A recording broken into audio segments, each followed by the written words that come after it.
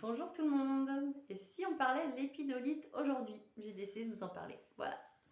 De cette belle pierre aujourd'hui, là, l'épidolite, je vais vous montrer différentes lépidolites, mais je vais commencer par les variétés brutes. Donc voilà, ça c'est une variété brute. On voit qu'elle contient beaucoup de paillettes qui sont bien évidemment naturelles. Voilà, ça c'est une lépidolite. Elle appartient à la famille des mica, d'où ces belles paillettes naturelles. C'est une pierre, la lépidolite. Si on prend son étymologie, on est sur écaille.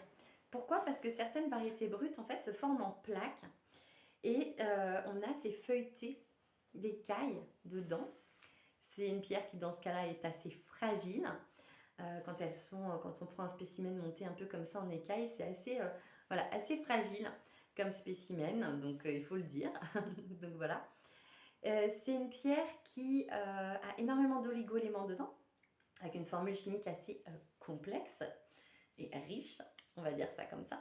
Mais elle est connue surtout, et c'est sa couleur qui lui donne, sa couleur est donnée par cet oligo-élément-là, elle est surtout connue pour contenir beaucoup de lithium.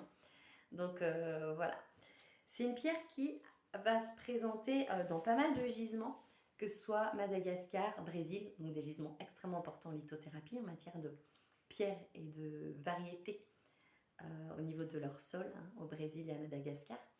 Mais c'est une pierre qu'on va aussi retrouver en Norvège, au Canada, aux États-Unis, au Zimbabwe, en Tanzanie ou encore en Inde. Voilà, par exemple. C'est une pierre courante en lithothérapie.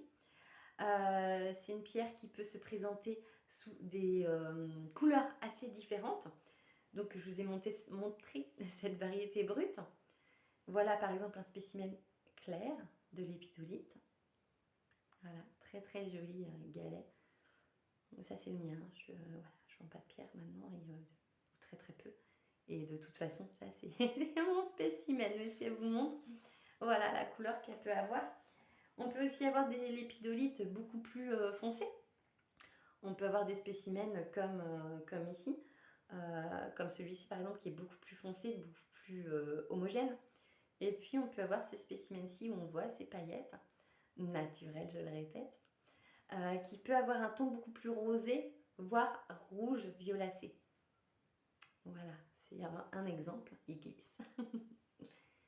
Voilà, effectivement, la lépidolite, si vous voulez, elle peut avoir des aspects très très roses, très très lilas, violet et donc rouge violacé. Donc elle peut aussi avoir des tons de gris. Notamment sur les plaques en feuilleté là que je vous disais, on peut avoir cet aspect gris avec des reflets qui viennent se greffer un petit peu par-dessus, irisés, des reflets irisés. Donc voilà pour la lépidolite. On peut autant la porter sur le cœur qu'au niveau de ce qu'on appelle le chakra couronne, ou coronal, sommet de la tête. Tout ce qui voilà, fait qu'on a des connexions entre guillemets. Voilà. Du coup, qu'est-ce qu'elle fait la lépidolite? On la connaît surtout pour le côté équilibrant des humeurs, cette pierre. C'est une pierre qui, quand on a des sautes d'humeur ou quand on peut se sentir un peu fragile au niveau de ses humeurs, qui change, ou quand il y a beaucoup d'agitation autour, quand il y a beaucoup de mouvements et que vous avez besoin juste de garder la tête froide et tête calme, vous allez pouvoir vous munir d'une lépidolite qui va venir donc équilibrer vos humeurs, chasser tout ce qui est aussi tristesse, angoisse, inquiétude un peu forte et pas forcément justifiée ou irraisonnée, on va dire, des inquiétudes irraisonnées. Elle va venir apaiser ça, donc c'est une grande pierre anti-stress, anti-angoisse, bien réputée aussi pour le sommeil, pour avoir un sommeil hyper apaisant.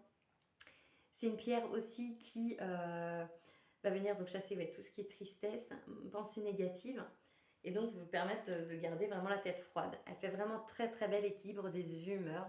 Donc pour les personnes qui peuvent avoir des troubles des humeurs là-dessus, elle est vraiment très très conseillée. C'est une pierre sous un autre volet qu'on connaît un peu moins, sous un autre volet en fait. C'est une pierre, comme je disais, qui permet de garder la tête froide.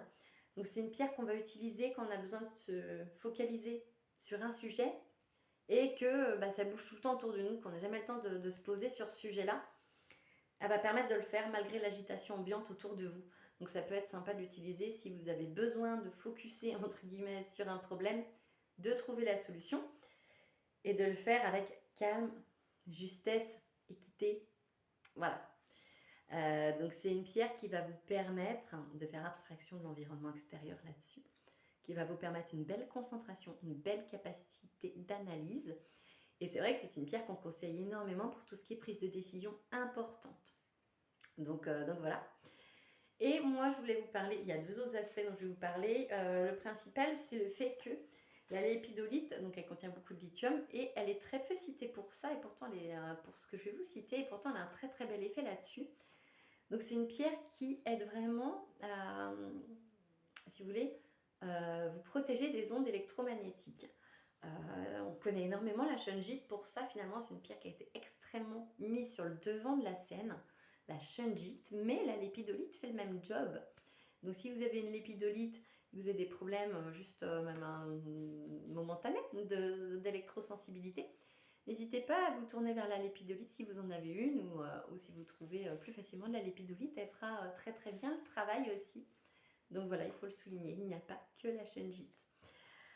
Malgré que je ne dénigre pas du tout la shungite, hein. C'est juste pour vous apporter, voilà, d'autres solutions, voilà, d'autres possibilités. Du coup, pour finir, c'est aussi une pierre, et ça c'est un peu logique, on la conseille pour tout ce qui est problème de peau, psoriasis, eczéma, donc des réactions de peau qui seraient en fait bien évidemment dues aux émotions souvent.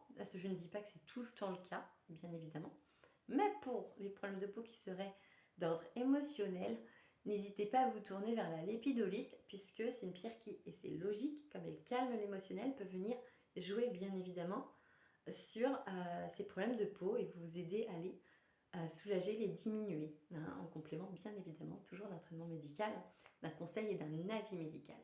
C'est une pierre qui va juste venir travailler dans le même sens que votre traitement médical.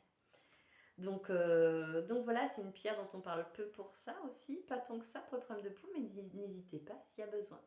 Voilà, je vous souhaite une super journée, une très belle journée, et puis je vous dis à très vite pour une nouvelle pierre. Salut!